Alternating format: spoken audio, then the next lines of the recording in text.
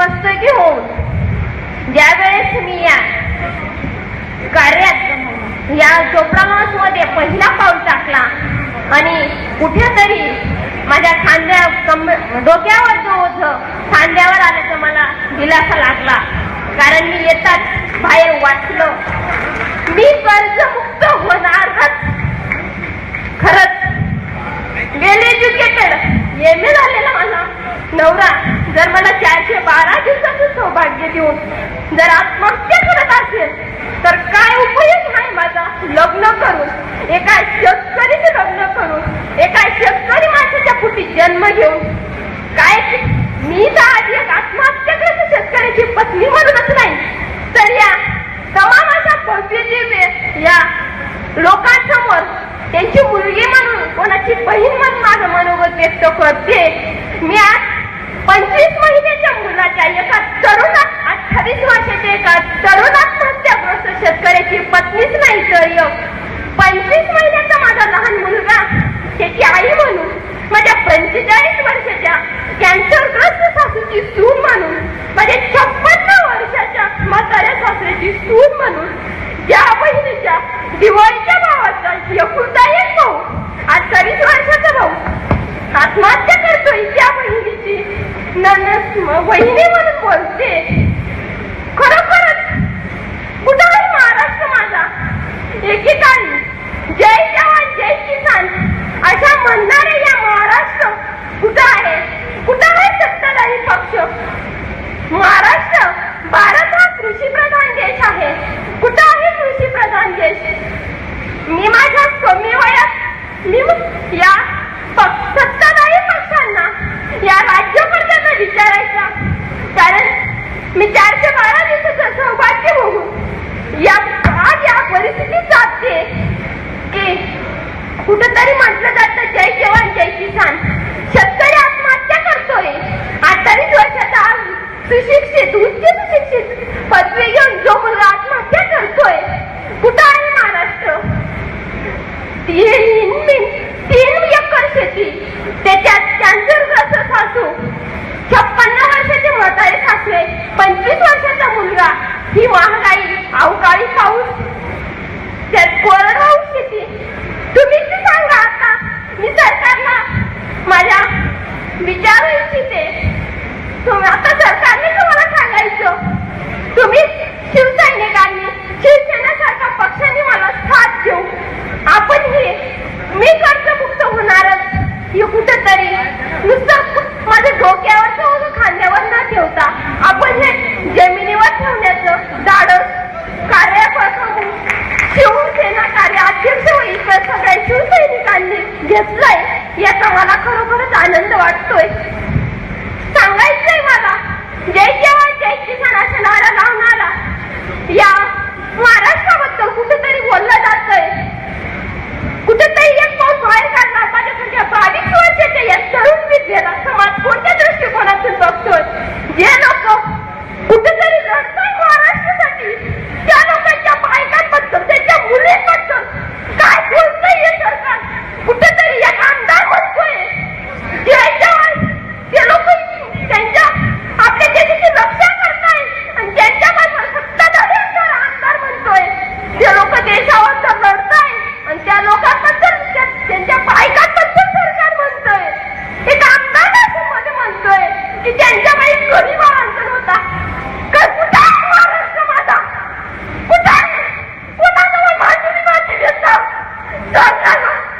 त्याच्यामुळे मला या सगळ्या लोकांबरोबर जाऊन कुठेतरी असं करायचं आहे की मी नुसतं वाचून नाही माझं होत होती, हा जेवण ठेवलंय. मला माहिती आहे आजही शिवसेना असा पक्ष आहे की तो पक्ष आजही घराचा पक्ष सत्ताधारी झाला पाहिजे. ते मानत नाही. माझ्या गेलेल्या नवऱ्याचं सुद्धा स्वप्न आहे.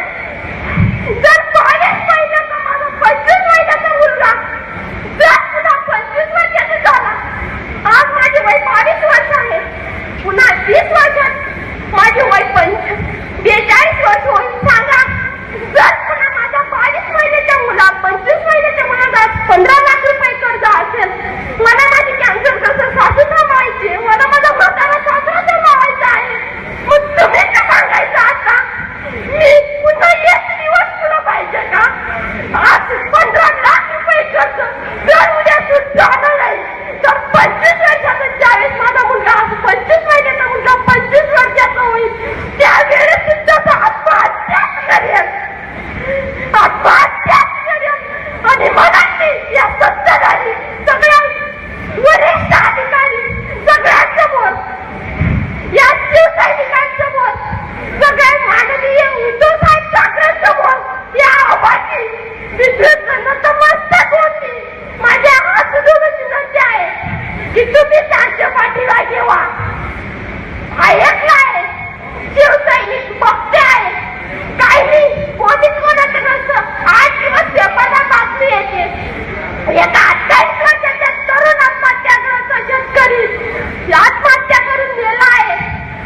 पुन्हा त्याच 8 दिवसात तेच सत्ताधारी लोक त्याच कागदांमध्ये चांगले चांगले पदार्थ घेऊन चालताय, तेच लोक त्या पेपरवर चालताय, म्हणजे ते लोक आमच्या मानेवर चालताय.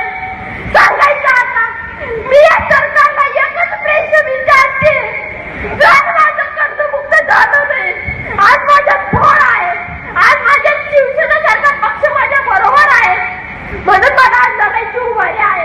जर 25 वर्षाचा ज्यावेळेस माझा 25 महिन्याचा मुलगा 25 वर्षाचा होईल, ज्यावेळेस चोरी त्याच्या बापासारखा आत्महत्या करेल, तर सांगा मला त्यावेळेस मी कोणाकडे बघायचं? 14 महिन्याचं माझं सौभाग्य, 412 दिवसाचं माझं सौभाग्य, काय भावती नव्हतं.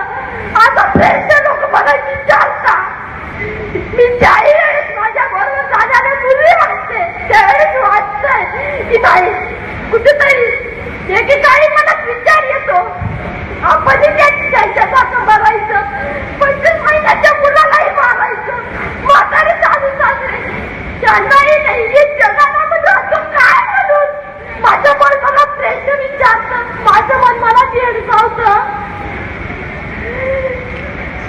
खूप काही बोलावं वाटतं, पण वेळाभावी मी माझं जास्त मनोगत व्यक्त नाही करू शकत.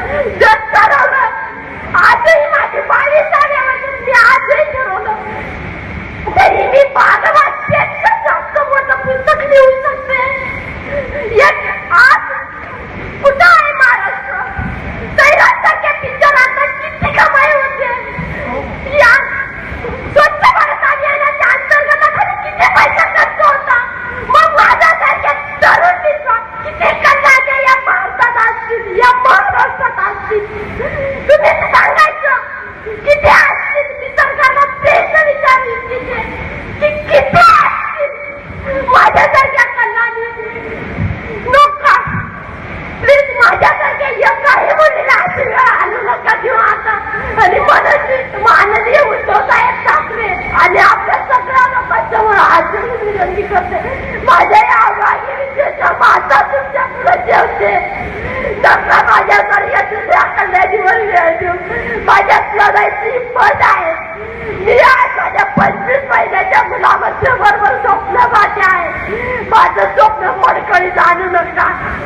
मला खूप माझ्या बाळाला मोठं करायचं आहे आणि याच्याच वेळेस सगळेच होईल, याच्याच वेळेस यशस्वी होईल ज्या वेळेस मी कर्जमुक्त होईल. माझ्या 25 महिन्याच्या बाळाच्या माझ्या 25 महिन्याच्या बाळावर 15 लाख रुपये कर्ज आहे ते मुक्त होईल. माझी कॅन्सरग्रस्त सासू आहे, माझे म्हातारे सासरे आहे, 4-12 दिवसाचे समाजकार मला विधवा पण काढायचा आहे. कुठे आहे समाज माझा? एक पाऊल बाहेर टाकलं तो समाज म्हणतोय मला ही काय करेल, ही कसं केलं. मी 4 महिन्याच्या या पावसाळी पिकावर 2-3 एकर कोरडवाहू शेतीवर किती होईल, किती कर्ज फेडू मी, किती कर्ज फेडू मी.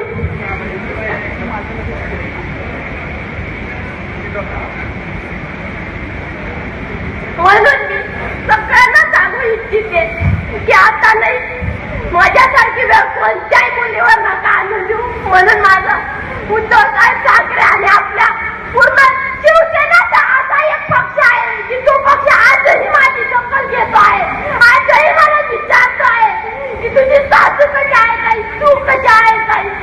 आणि जो पक्ष एवढा चांगला आहे त्या पक्षाचा माझ्यासारख्या सगळ्या स्त्रियांचा या सगळ्या शेतकरी माणसांचा आहे.